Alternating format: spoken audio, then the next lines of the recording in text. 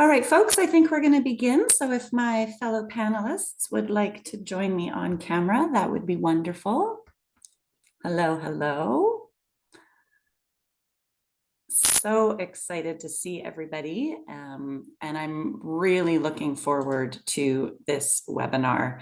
It's a topic that's near and dear to my heart, absolutely, in terms of saving lives. Who doesn't want to do that? And I'm joined today by some very esteemed colleagues.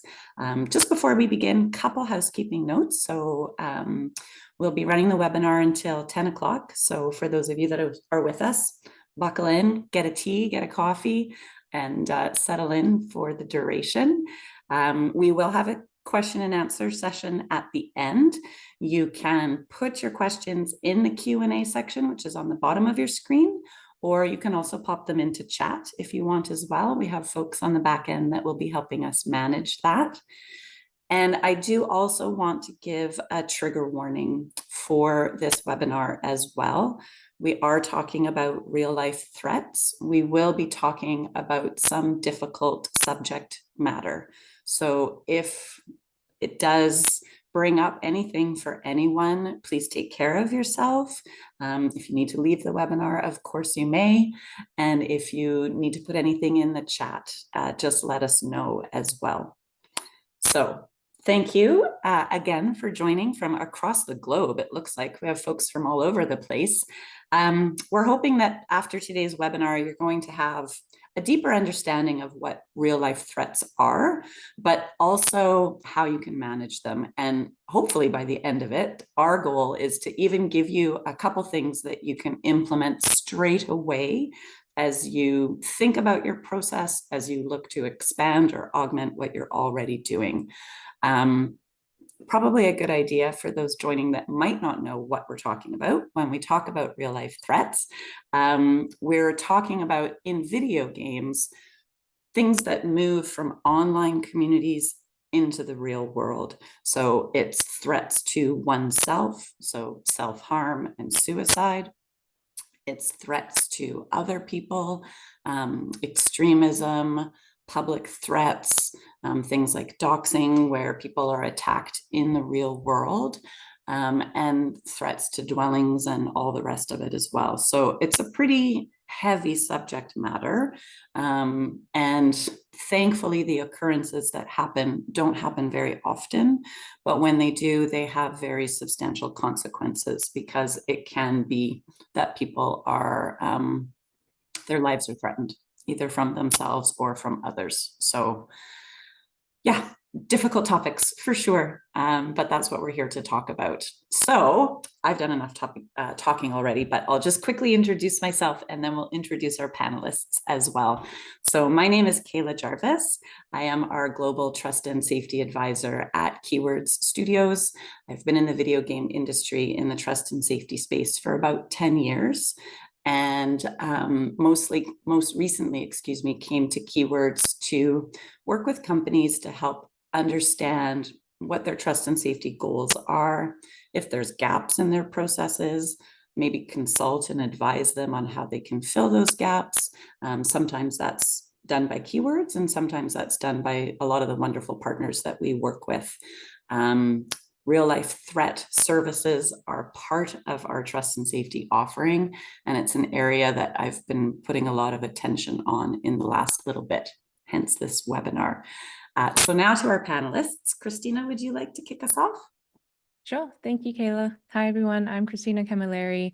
I lead trust and safety for Netflix games. So I actually don't come from a trust and safety background. I come from a pen testing, ethical hacking background where I used to break things all the time, but moved into wanting to fix things instead of break them all the time. So at Netflix, I work across product engineering, legal and policy teams to build safety into how our games are designed, built and moderated. My main focus is making sure that player safety is baked in from day one. Why this webinar topic is important to me is games connect people in amazing ways. I wouldn't be at my job in the US, strangely, if I didn't play certain games when I was younger. But that connection can also open the door to real life threats. I often say that gamers are passionate, but some of them invest their passion in the wrong areas. So as long as games are social, we'll need to treat safety as foundational, not optional, because they are real people, and reminding others that there are real people behind those avatars. Kaila asked us to talk about something we're proud of outside of work. I will just quickly mention that I recently got back into fishing. I used to go fishing all the time when I was little, and I just learned how to do fly fishing. It's really hard, but it's really rewarding. That's probably something I'm proud of right now. That's pretty cool, Christina. Have you learned to tie your own flies? Not yet, but I really want to. Not I yet. love watching videos. It's like relaxing watching people tie flies. Thank you for that great introduction. Joel, yourself.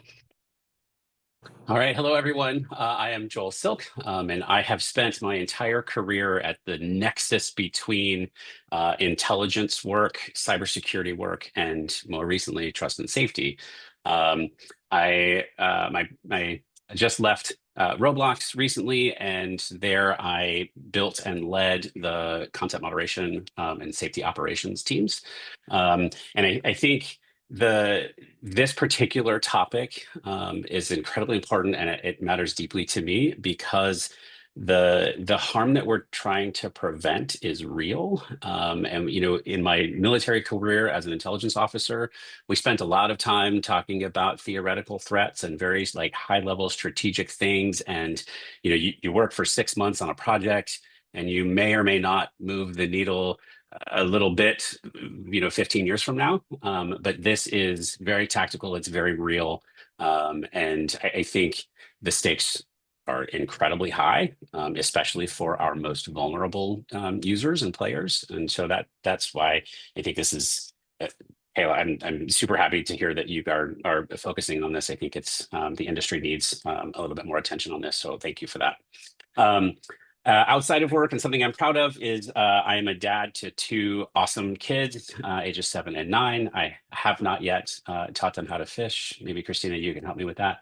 But I think they remind me every day why this work is so important. And I see the way they interact online with others, and it just keeps me engaged every day. Yeah, Joel, I hear that. First of all, I love the background, and like when you say intelligence officer for the military, I'm always like, whew, that's pretty crazy work. But also on the kid front, like my kids are a little bit older, they're sort of coming out of the craziness of online. But when they were younger, I really appreciated the knowledge that I had by working in this industry. Right. Working in this space and being able to create healthy online digital citizens. So yeah, I totally understand that one. Chima, how about yourself? All right. Hello. My name is Chima Ngerem. I am currently a producer working at a video game studio called Gravity Well. I've had about roughly 6 years plus experience in the industry, and I'm also a lawyer, so I have legal training and backgrounds. So I call myself a lawyer turned video game producer. Long story, happy to talk about it another time. But for this particular webinar, this topic is very important because I feel like a lot of people forget that actions have consequences, and that action also extends to the words you say, both online and offline. And it sometimes feels that it's hard to kind of hold people accountable because they're saying it's like, online behind an avatar, messages and chat, whatever the case may be. But just here to help explain that there are ways to hold people accountable for those actions, for those words, especially if they result in threats to minority groups and especially people, of certain like protected characteristics like children. So it's very important, and I'm happy you invited me to be on the panel. Thanks. Thanks, Chima. And are you comfortable sharing something that you're proud of outside of work? Well, something I'm proud of outside of work is that I've recently started taking up cooking again. Recently did an awesome little salmon dish a few days ago that I'm really proud of. So, Christina, if you have any fresh fish, I'm your guy. Perfect. I love how it's all come together. All right, well, we're going to get into the meat of it in just a moment, but to our dear participants that are online with us, we're going to put you to work a little bit too. So we do have a poll that we would very much appreciate if you could answer, which is, does your company currently address real life threats? And if the answer is no, that is one of the options as well. So please go ahead and click through that, and we'll see what happens in just a moment with that. The next section that we're going to talk about is the current state in the industry right now. Again, we're talking about the video game industry when it comes to real life threats. Cat spotted, absolutely. There we go. See, she probably wants you to fish too. The next section that we're going to talk about is sort of the current landscape in the industry, and each panelist will sort of focus on one area that we're going to cover, and then we'll have some questions at the end of it as well. So Joel, this first one is for you. So we're going to talk about the practicalities of it. So in your vast experience, what does it actually look like to build a team that can handle real life threats? And so I mean, from like figuring out who does the work, what's the chain of command, and how do you know that you're covering all the steps needed should a real life threat happen? Yeah, thank you. I think there are a couple of different pieces to this, and I'll kind of split them up into two groups. So first, I think, is personnel, right? And we'll just talk about the kind of the humans behind this. I think it's important to recognize when you are building such a team. I think it's very common to refer to this team as a threat team or a threat detection team. And I think it's important that you like shift the focus to the response side. And so recommend calling it a threat response team, because I think it kind of puts people in the right mindset that, hey, this isn't just about, identifying threats and then sending them off into the ether, right? It's really about how you respond to this. So first piece of a team is kind of who do you get involved, and so on a crisis response team, you should have maybe a trust and safety operations lead, whether that's your head of moderation or safety. That's super important, but you should also probably in that core response team, you should probably have someone from legal, and go Chima. And then maybe a security or safety rep as well, because sometimes you will see things kind of outward community facing, and another team, like your InfoSec team, will see things coming at your platform that may be related, and it's really nice to have kind of that synergy between those two entities. Okay, so that's kind of the core crisis response team, and then you have kind of in the ring around that core team, you've got kind of support folks, right? Your engineering teams to kind of help with, hey, I need a data pull from the back end, or hey, I need you to turn this feature off for a minute, whatever it is. Your comms team is your PR team is going to be really, really helpful here. And then sometimes you can bring in like a customer support team to be able to pull information that you may or may not have access to, especially when you get into like identity information, things like, hey, I need a billing address for this person. Those kinds of things. Your customer support team can be really helpful there. And then, of course, when you're dealing with these crises as they come, you have to have somebody in the room with authority to make decisions. And whether you bring in an exec or whether you empower someone that's on part of the team that I've already described, that's kind of up to you. But I think having someone with that decision authority is really helpful to make those calls of no, we need to shut down chat for a minute or whatever it is, to be able to have that authority. And then kind of the ring around that support group is going to include folks like your law enforcement partners, outside counsel. Maybe you have a crisis management consultant on call, those kinds of things. And then the last piece that I think is important to talk about when you're talking about kind of the humans for this response team, is building out a capacity for surge personnel. And we can talk more about this later, but I think being able to pull from other teams as you need, sometimes in the moment when you're trying to focus on kind of what's important at the exact moment, sometimes you forget to assign someone to take notes and to build out the case documentation, that kind of thing. You might need someone to kind of do the outreach. Hey, can you please call so-and-so and get them on the phone, that kind of thing. And then being able to task out, hey, I need all the data on X, Y, or Z, just go run with that. So having folks that can kind of surge that capacity is really helpful. But of course, having a viable response program here for these types of threats is more than just personnel, right? It's about systems, it's about policies, it's about having the right roles and responsibilities, decision making, all of those things. So I think at the core of all of this is really solid, unambiguous policies and the run books to go with them. And you are going to hear me talk about run books all morning because it's so critical. But having those procedures written down and ready to go, really, really important. And having the right POCs identified with contact information for each and backups for those individuals in case you can't reach them, those kinds of things. And then being able to have clear escalation paths for your team.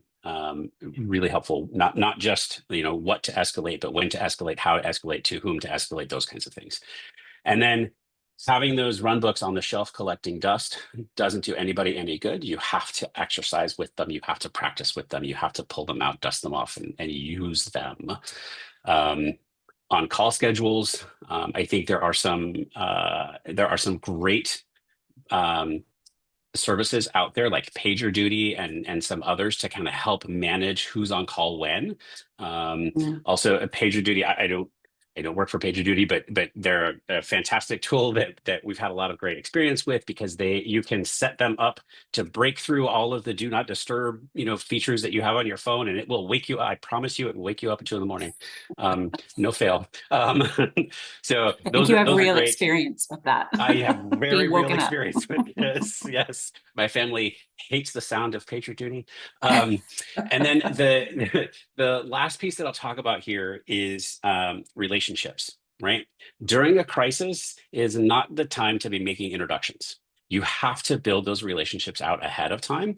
And I include both internal relationships with, other teams in your company or in your organization of, hey, you're the marketing person, is that right? Oh yeah, hey, here's what I need from you. Like, not the time for that. You need to be able to call on those personal relationships immediately during a crisis. And the same goes for external partners, right? Your local law enforcement, they should know who you are.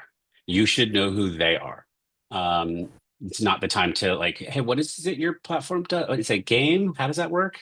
Not the time for that. So make sure you do that ahead of time. And I've been talking for a while, so I will stop. But those are kind of the things that I think about when putting together that crisis response team. Absolutely. And I think, we could just end the webinar right now. No offense to Christina and Chima, because there was so much good information that you just shared in that, Joel. I love this idea of the run book, but also not letting it acquire dust on the shelf.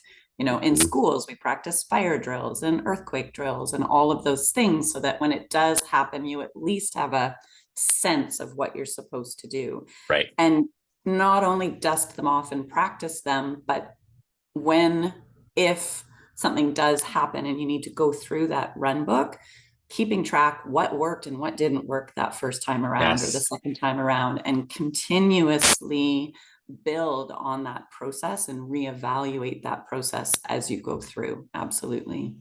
Exactly right. Fantastic. We're going to shift a little bit. Christina, I'm coming for you now. We're going to talk a little bit about technology and detection. So if we're thinking of all the processes that Joel just said, how can we use technology to help in that scenario? So what could a tech stack actually look like? Are there like off the shelves? Can you customize things? Is it manual, like Joel described? What are your thoughts around that? Great question. I would start with, I don't think that there's a perfect off-the-shelf solution. I think effective stacks blend your typical third-party vendor tooling with internal tooling. So that can include things like including behavioral flagging systems. So having a better understanding of what your players are doing, how they're behaving in game, player reports, the history of player reports, what people are reporting, what they're saying, what types of behavior they're reporting, and tracking your backend session metadata. So were these two people in a session together? How long were they in a party together? To help with those reports. For third-party services, we typically look at threat classification models and language processing effectiveness, but I will mention that they always require fine-tuning to your studio and also to specific games. So your policies for an online competitive FPS are going to look very, very different to a cozy farming simulator. And the things that you detect and catch and block or allow are going to look very different depending on that game genre or the game type too. And also your internal workflows, in addition to that unique player landscape. For the tech stack and blending third and first party, we typically try to avoid relying on third party systems 100% as well. So we have self-built tooling that sits on top of third-party tooling that helps with decision-making or automation, plugging into your existing internal systems. If you have some kind of fraud and abuse system, or you get other types of user data in from other games or other parts of your business, that's really helpful to ingest. And also, data is powerful here too. So I mentioned this a little bit before, but a player's behavior history can help you make much smarter decisions, like limiting chat for someone who's toxic in voice, but maybe great in co-op settings, or rewarding players who consistently show player positive behavior. So the short here, I think the best systems are layered. No single signal is enough on its own. Yeah, I have used many different ways of saying that there's no one ring, there's no silver bullet, there's not just one answer to all of these processes that we're discussing today. And depending on the company that you work for, depending on your resources, depending on your budget, and by resources, I mean the people that you have involved, you might not be able to implement everything, but bits and pieces at the very minimum can certainly elevate. And what Christina was talking about in terms of technology is really understanding the behavior of your players. If I'm in a first person shooter and I'm going to kill you, well, that's probably part of the game. But to Christina's point, if I'm in a cozy farming game and I'm using the same language, it has a very different context. So the more that you can understand your players and their behavior, then the more you can inform your processes and such. All right, Chima, I'm coming to you now. So in terms of the industry and where we sit right now, we wanted to talk a little bit, and Joel touched on it as well, those partnerships and external relationships we have. So from a real life threat or a threat response team, I really like the language you used there, Joel. How do you decide which external partnerships are important to build? How do you actually build those relationships? And we could be talking about law enforcement, other gaming companies, service providers, so on and so forth. How do you decide? For sure. So the first thing I would say is that regardless of whatever threat you're kind of facing, you definitely want to still have that relationship with law enforcement just set and ready to go, because for many kind of issues that you may be facing, they're going to be your main, if not significant, POC kind of like relationship partner in terms of like resolving that issue, escalating, and also tracking it down and like following it on through. So law enforcement is going to be very critical to have. And again, depending on, I guess, your setup and your size, you may, have to have a little bit more significant tie-ins with like maybe a bigger department, maybe have it in multiple jurisdictions. But if you're like a smaller studio, maybe just like your local sheriff's office, your local police station, kind of building that local rapport. And again, not waiting until you have a crisis before you introduce yourself, your business, what you do, and what the actual crisis is, right?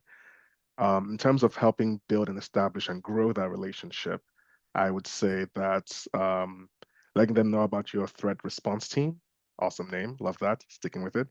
And then having them kind of help inform your run book and including them as part of your run book and playbooks as well. Yes. So they also know that at the time you're hitting them up, they should know, okay, it has definitely hit this escalation route.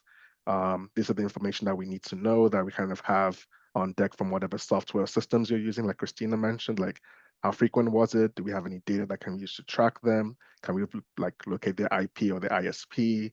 Et cetera, et cetera, et cetera. And what is that kind of like, do I have any documentation towards what this threat is? What are they saying? What are they planning to do? Is there any intent? Because a lot of these things would be needed for the police department and law enforcement and to kind of like help create a case of like, hey, this person was actually intentionally going to cause real life threat or harm to this person. And here's the evidence provided, right? And it's important to do that for your companies, just I mean, at the lowest common denominator, just so that you don't get sued for tort, like civil wrongs or negligence, because you have your players' data, you have your players' information, you have that platform, and if you don't take the necessary steps to protect those players, it's going to come back and bite you. So, unlike the lowest common denominator, profit, you want to protect your money, right? On a more significant and idealistic end, you want to be a company that promotes good values, promotes a positive player, community and base and structure, and you want to actually protect people. So depending on where you fall, you can use either of those arguments to help push for, having these things in place, building these relationships.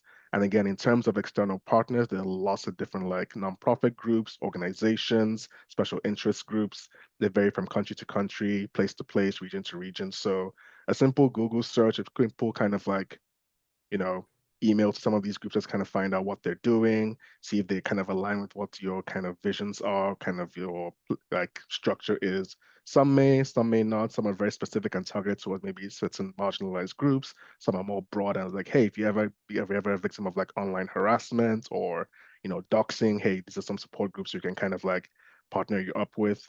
One of the things I will say that tends to sometimes gets overlooked in terms of building external partnerships is that while kind of like going through the rectification routes, which is what I call it, in terms of like, tracking down and trying to hold someone accountable for those wrongs, we should also try and look for some more support groups for mental health. Because again, for the victims Yes. of this kind of threats, there's a lot of things they're going through and there are a lot of different mental states that they could be in. So some sort Yeah. of like accompanying mental health supports systems to kind of like help them recover from what they've encountered or experienced, I think is also would be pretty critical and will Yeah. just help round out that strategy as a whole. Absolutely. Really good call out on that piece. I also really like what you said in terms of building those relationships with law enforcement, including them in the process. I can imagine that if I went to my local police department and said, hey, this is what we've created as our threat analyst process. What do you see as the gaps? When would you recommend we contact you? Now they're invested in the outcome because they've been able to provide their feedback. So I really like that takeaway as well. Absolutely. Amazing first section. Thank you both or all so much. We're going to go a little bit more now into our resource challenges. This is people, this is processes, this is money and budget, all of those wonderful things. For our participants, yes, back to you. You have a task, another poll, if you would please, around what your biggest constraint is. So there's a lot of options that you can choose from, but you only can choose one. So you have to think about it for just a moment. And then we'll see the results of those as they come up. But I think we'll start into sort of the meat of this part of it. And Joel, we'll start with you. When it comes to budget and staffing, this is a tough one. How do you keep a threat program running when, thankfully, the incidences are very rare? So how do you justify it? How do you include it continuously in a budget line? And also, I think just finding out if you can, like, Chima touched on it, like how do we prevent people from burning out? I know you were on call for a very long time, and that can have some negative implications. So I turn it to you. I think I'll address that first. So Kayla's talking about when my boss at Roblox left, we updated all of the PagerDuty alert structures, and I got a notification that, Joel, you've been on call for 4 years straight. Like no breaks. It was just on call for 4 years, and so that's why PagerDuty is my friend. And also I had nightmares about it. It's fine. So I do think you're 100% right. This is kind of the hardest part, right? The leadership wants measurable returns on this investment, and this is one of those kind of proving a negative, right? It's about invisible success, right? How do you quantify things that didn't happen? We hope didn't happen, right? And I think we can take lessons from the legal team, from the infosec team, from the insurance industry, and we can talk about we frame these conversations as risk mitigation. And I think when you start to talk about user risk like that, it becomes a little bit more familiar for leadership because they've had other risk mitigation discussions with other entities and other business units in the on the team. So you can estimate the cost of one like serious incident. You can look at legal fees, regulatory scrutiny, impact on brand, trust, reputation, impact on user engagement, right? Some of that will be platform dependent, and also kind of depends on how public those incidents become. But I think if you look at so the calculus you can use here, here's the formula, right? You can take the average cost of a serious incident, right? So anywhere from I don't know, 500K to $2 million. You can kind of take a guess there, somewhere in that range. Multiply that by the probability of such an event occurring per year. And then you multiply that by some sort of regulatory or reputational damage multiplier, right? If you can, it's a little bit squishy, and this is my kind of math because real math I don't do, but the squishy math I can help with. But that kind of gives you a real dollar figure, and that is, as Chima mentioned, right? Bottom line matters, and that's how you can get attention in a very noisy environment. So you can also, that probability and likelihood per year, you can use things like historical data, has this happened in the past? If so, how often? Threat volume trend analysis, like taking a look through your chat logs or even your policy violations metadata and looking at, hey, we've seen an increase in this severity of violations. You can use kind of that. That all helps to kind of give you some of that. The other piece that I'll say is for all of our trust and safety compatriots, this should not be solely on you to bear. Okay, when you think about the benefits of a robust response program, everybody shares in those benefits: security, legal, comms, PR, marketing, community management, right? All of those entities benefit from a solid response program.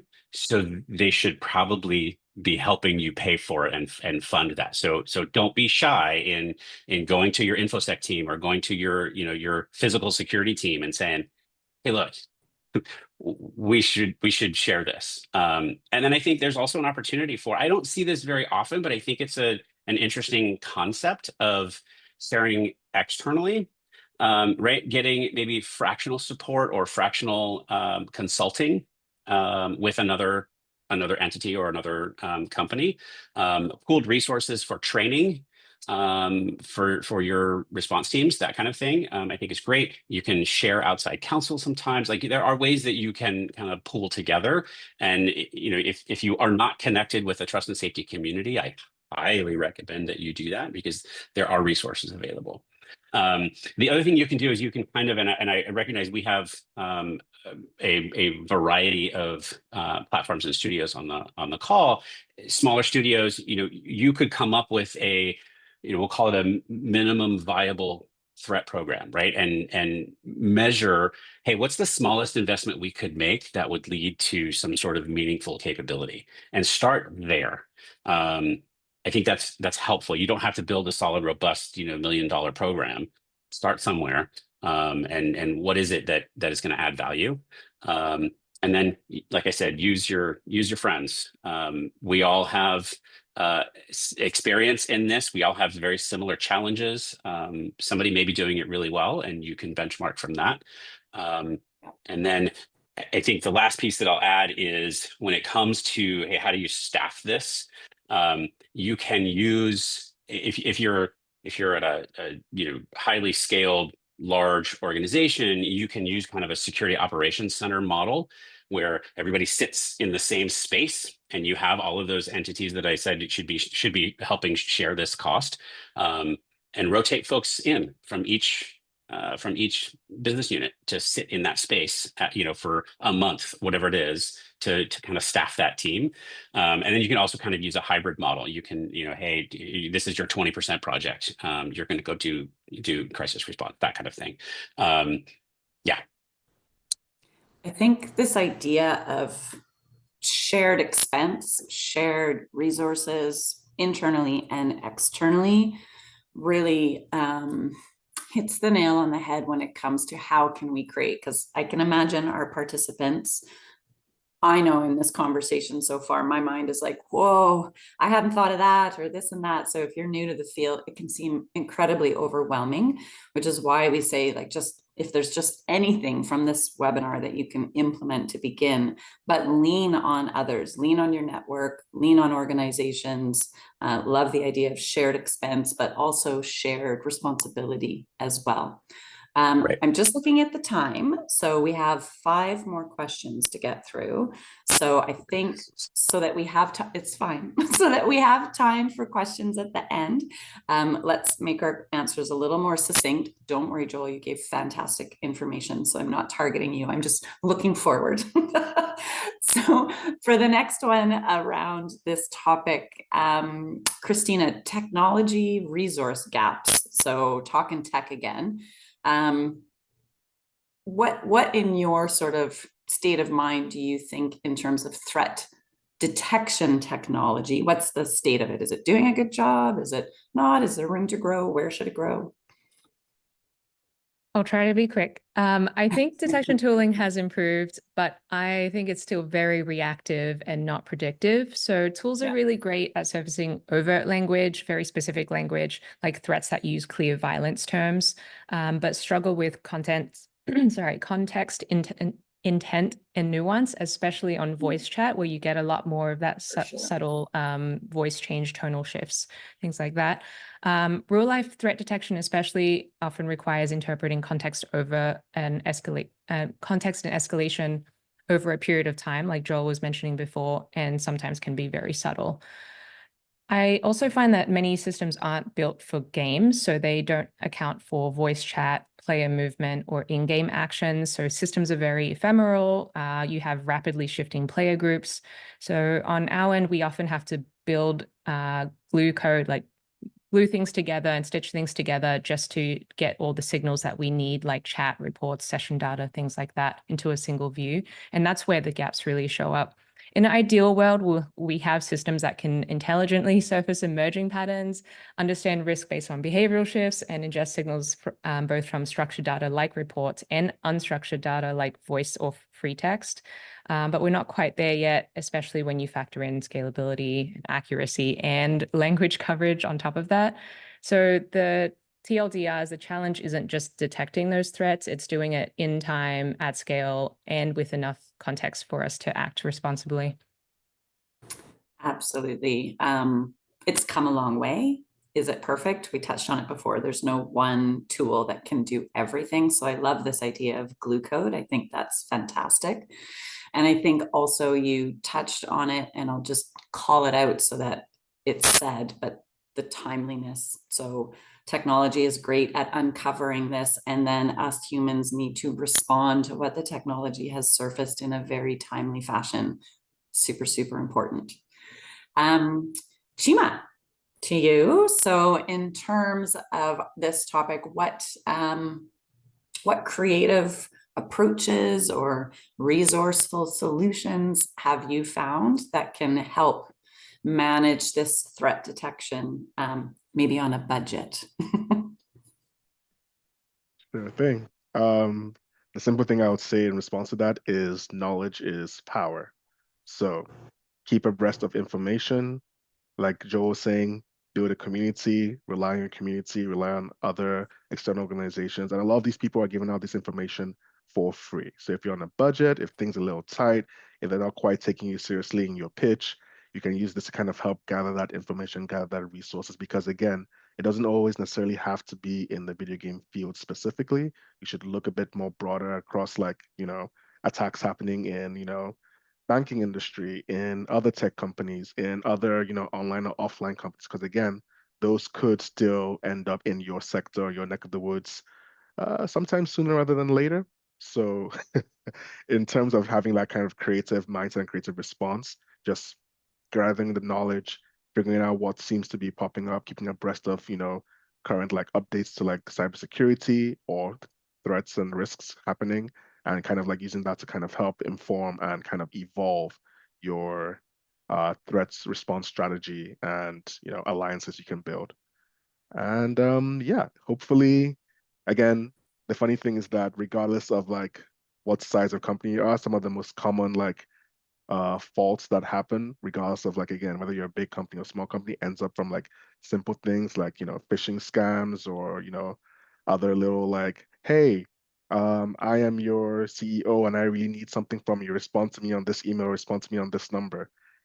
It happens all the time, even from places that you think would know better. So again, nothing's too big, nothing's too small or insignificant. Take all those kind of like attacks and like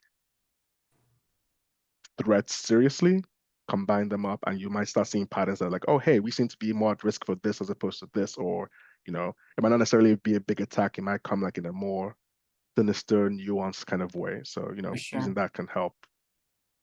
Yeah, absolutely.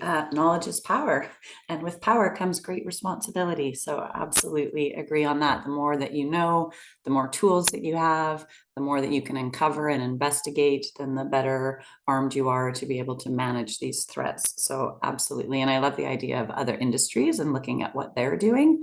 I think that's a really great idea. Panelists, I'm going to switch things up a little bit because we've had such great information shared already. I'm going to do rapid fire. We didn't practice this to all of our attendees, so let's hope it works. Is that just because I talk too much? You're just saying, Joel, shut up, and we'll just do rapid fire? Yes, Joel. I get it. Yeah, I get all it. your It's fault. fine. Absolutely. It'll be fine. Okay. Let's do it. So I will, let's continue in the order that we've been, just because we've done that already, and then I can cut us off if Joel just continues on. But if we are doing rapid fire, the first one, so timeliness. If something serious happens at 2 a.m. on a Sunday, are you ready? So Joel, one thing, what do you need to do to prepare yourself for that? You can't say pager alert or whatever that was. No, I'm going to go back to documentation. Grab that binder that's collecting dust and put it to good use, because you've already done the preparation. You've already practiced. You are ready for this. Just go do. Love. Christina? Run books and making sure teams are prepared to answer. In an emergency, you don't have time to bring those people together, like Joel was talking about before. So making sure you have established processes and teams ready to go to respond is the way to do it. Fantastic. Chima? Well, I agree. Plus one to what Joel and Christina said. I'll add in as well triage, because again, you might get some responses that are like, oh my gosh, they're trying to hack in and grab our users' data. It might be something that's more, benign. So kind of like triaging to see, okay, what do we need to tackle and what do we need to tackle first? But that should probably be covered in like a run book and, having the right people in check. So, but yeah. Fantastic. Well done, all of you, super quick. If we're looking at resource efficient, so we don't have a lot of folks, maybe resource efficient detection systems. How do you think you could leverage your existing customer care team or your community management team tools for basic threat detection? So things you already have, how do you think you could improve them when it comes to real life threats? Joel? Yeah, I think again, leveraging other folks in your circles. So talking to your customer support teams. Oftentimes, your CS team is the first to identify issues. Yeah. I'm going to stop there. Perfect. Christina? Leveraging what you already have. If you already have a player reporting system or a ticketing queue or moderation tools, use those even if they weren't built for safety. At least you have something to start. Use your community teams or teams that already have a lot of insight into what's going on around the game or company, and then layer on top of those. Fantastic. You're all doing great. Chima? Gosh dang, +1 again. Yep, like use what you already have, leverage your community community management teams. I would also say leverage your community as well. So we're putting in that effort to build a very positive and very like well-structured community. They might even be able to like call out and flag things that you might not be seeing. So that'll be my addition. But +1 to what they said already. Fantastic. Chima, I'm going to start with you this time. So they get to +1 you. You talked a lot about strategic partnerships and how to effectively build them. But what do you think the biggest barrier is to establishing and building these partnerships? Is it like not knowing who to call? Is it fear of looking unprepared? Something else? What do you think? I would say one of the things that tends to kind of get people a little bit concerned is, again, kind of like not knowing or looking unprepared. So it's like, how do I start this? Who do I talk to? And sometimes that's not clear. So you have to do that digging ahead of. That's why kind of like you have to build a relationship and do it ahead of time so that in case of the emergency, you're not doing that digging and trying to like, figure things out, especially if it's a pressing or like, time sensitive issue or matter. Because again, going back to the bottom line, part of what will be used to check if you were actually negligent or like, actively trying to protect your player base is how much time was spent between when the threat first surfaced versus when you actually took action. And trying to figure out, oh, who do I talk to, email or call, ain't gonna look too good. Yeah, absolutely. Christina, we'll keep you in the middle. Go ahead. Internal alignment. So +1 to what Chima said. Also internal alignment. So knowing who owns safety teams internally. For the most part, I would say like generally teams are willing and happy to help you direct issues that you might have, but sometimes there can be a bit of confusion to like, oh, does this team do that or does that team do that? So getting alignment early is helpful. Fantastic. Joel? +1 to what both of them said. But also, I think sometimes people worry about, and not necessarily the practitioners, but kind of maybe the folks one ring removed from it, worry about if I go externally and ask for help with whatever crisis we may see, people will think that it is rampant on my platform.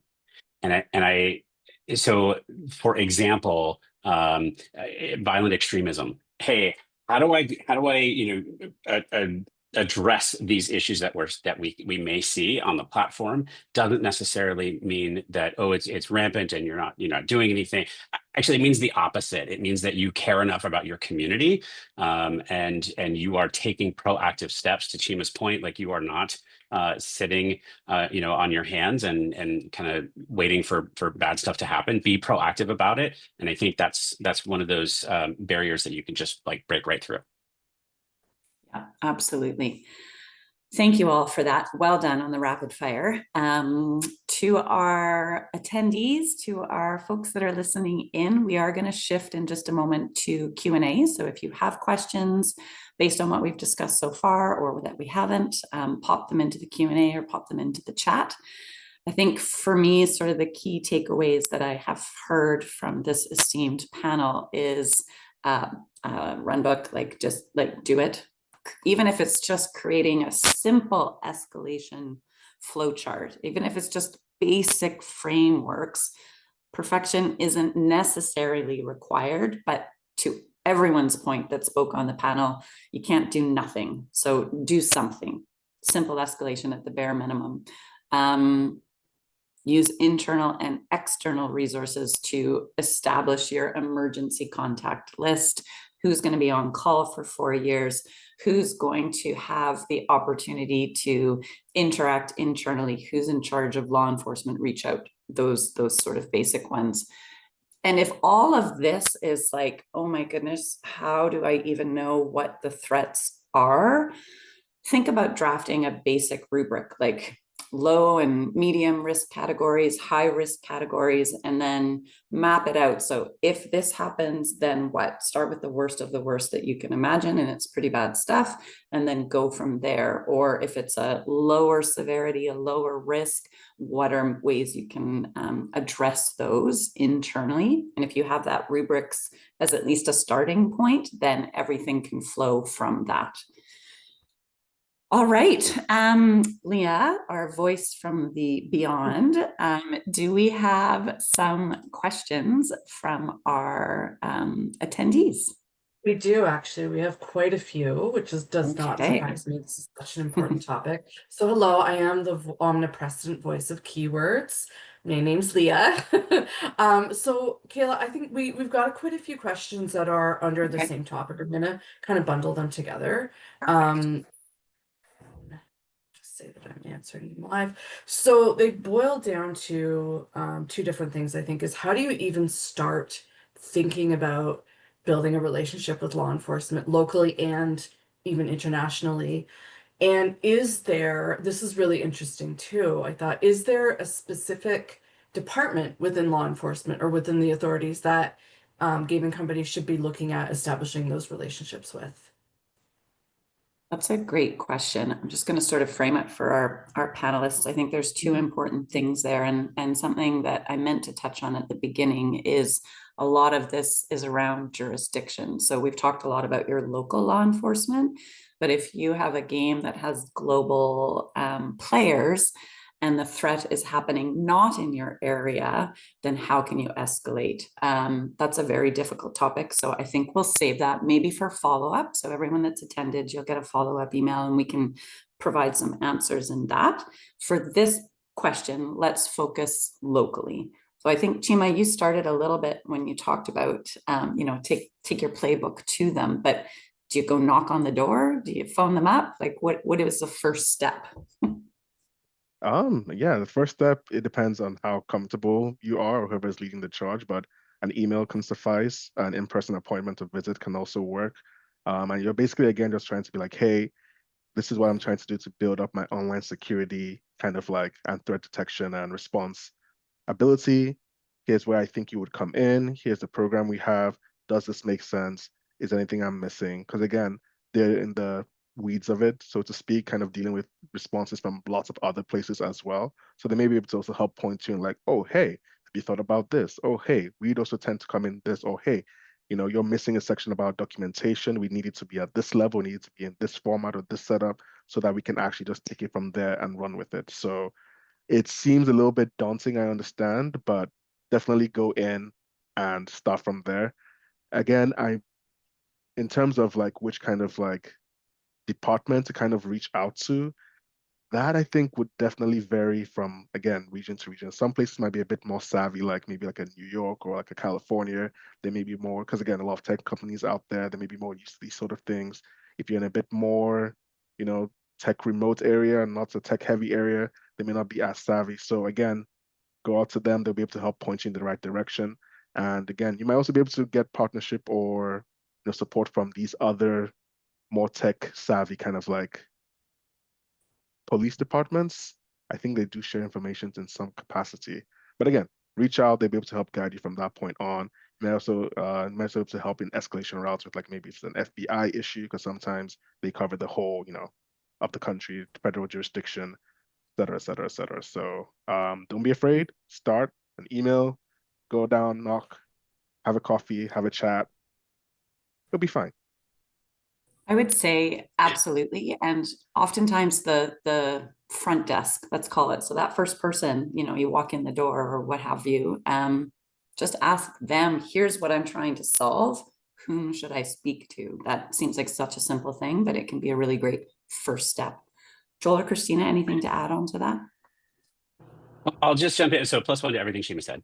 But also I will add, I think, so walking into the front desk is very, very powerful. And I think if you can bring something with you to offer instead of in addition to asking for support, right? So we have done in previous organizations, hey, you may get a call about us because we are here in your jurisdiction. Here's who we are. Here's what we do. Here's what the platform looks like. Here's why we might be calling, and kind of as an introduction. And then we've also sometimes gone as far as, hey, during off hours, if you would like to use our facilities for training, please feel free. Nice. And it kind of adds a little bit, it helps to build that relationship, right? And if you're always just asking for stuff, like I ask Christina for stuff all the time, and she's like, dude, like, how about some reciprocation? But being able to kind of offer something like that can be really powerful. The other piece I'll add is, if your Rolodex of numbers to call in a crisis isn't super robust, rely on theirs, right? And sit down with them. Hey, here's the runbook I'm trying to build. Here, this is the information that we're trying to gather. Is that enough? Is it not enough? Who do you reach out to? And then take lots of notes, because they will have contacts at the, at least in the US, your local law enforcement will have contacts at the state level. They'll have federal contacts. They will also likely have some sort of international contacts. It may be a very circuitous route to get to who you're trying to get to somewhere else, but there is some connective tissue there somewhere. And I would just rely on them to kind of help you out with that. Yeah. And something you touched on at the beginning of that, when you go and you're like, here's what we do, here's who we are. I would assume most of us on this call are pretty savvy in terms of the video game industry and how it operates. But if you're going into, especially into a less technically sophisticated space, that probably sounded offensive. I'm so sorry for everyone on the panel. I hope you know what I'm trying to say. They might not know a lot about the video game industry. And so at the same time that you're offering, here's what you're doing, you're also educating, here's the threats that are potentially, here's what we're doing to mitigate. And it can be sort of a very reciprocal relationship that way. Christina, anything to add on that? Very quickly, Kaila, we may or may not have had to explain what an IP address is to law enforcement officials. So don't be surprised if they don't understand what your platform is or what it's about, but that's why you're there, to help educate, for sure. Exactly. Christina? The quick thing I'll add is also understanding what you need to send them. So on they might not always be the most tech savvy. We worked at my previous role, we worked with law enforcement closely to say, like, when we do receive these threats that we need to escalate to you, they helped us outline, here's exactly what we'd like you, the company, to outline in that report. So if you have a username, like, how did you trace that username back to identity? What other forms of evidence did you use to tie that? I also have a really funny story, which is not appropriate for this webinar, about explaining like gamer handles to law enforcement. And I would just very vaguely say that, like, players are creative in what handles they create. And sometimes a police officer's like, oh, what does that mean? Why are you laughing? And I've had to explain to them the creativity that is, gamers. And Absolutely. That was both uncomfortable and hilarious. I want to thank the four of you. I want to thank all our wonderful attendees. I realize we only got to one question, so we will do follow-up. What this has shown me, however, is that this topic is very important and that there's a lot of interest in continuing the discussion. So perhaps we'll have number 2 come up, who knows? Joel, Chima, Christina, thank you so much for your time. Leah, thank you for running things on the backside.